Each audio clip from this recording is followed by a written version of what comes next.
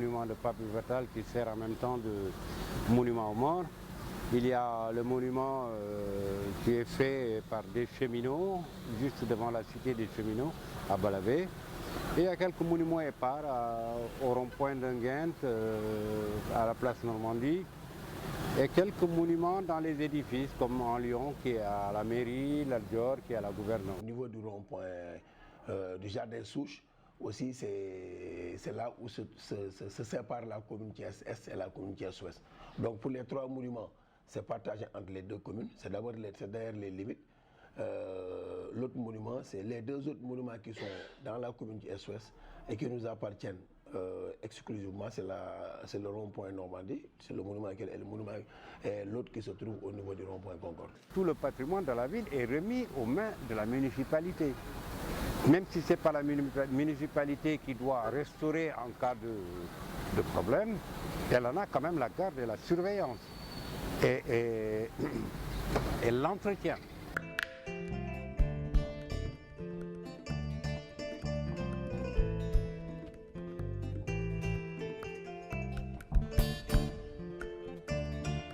Je suis entièrement d'accord et nous les avons trouvés vraiment dans un état extrêmement plus que délabré même.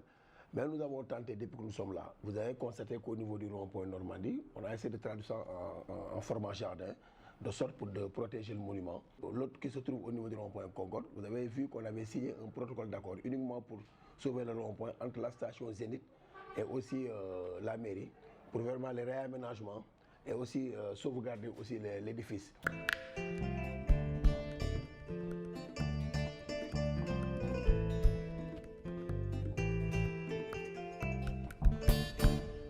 Et maintenant, un patrimoine culturel, pour le valoriser, il faut tout un travail d'accompagnement, de restauration et surtout de promotion pour faire venir les gens de partout. La culture est une compétence décentralisée. Donc normalement, ce sont les institutions décentralisées. Et quand je parle d'institutions décentralisées, je pense à la mairie et au conseil départemental.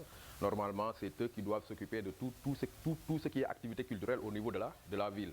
Mais malheureusement, dans leur budget, rubrique culture, c'est zéro. Voilà, en 2015, je crois, si je ne me trompe pas, j'avais invité tous les acteurs culturels à se réunir au niveau de la mairie. On a fait 48 heures de réunion. C'était pour une journée de la commune Thiès Ouest dans le cadre de la culture, pour qu'on puisse discuter. C'est des réunions qui n'ont pas trouvé des issues heureuses parce que, au fait, il y avait des querelles entre les acteurs culturels thiessois. Et certains disaient que la commune n'avait pas comme vocation de créer des journées culturelles, mais de les financer. Moi, je crois que c'est un peu être en rade par rapport à la réalité aujourd'hui internationale. C'est un beau monument fait par un grand peintre, un peintre connu du monde entier, même si la plupart des Sénégalais ne le connaissent pas. Et ce monument n'est pas classé.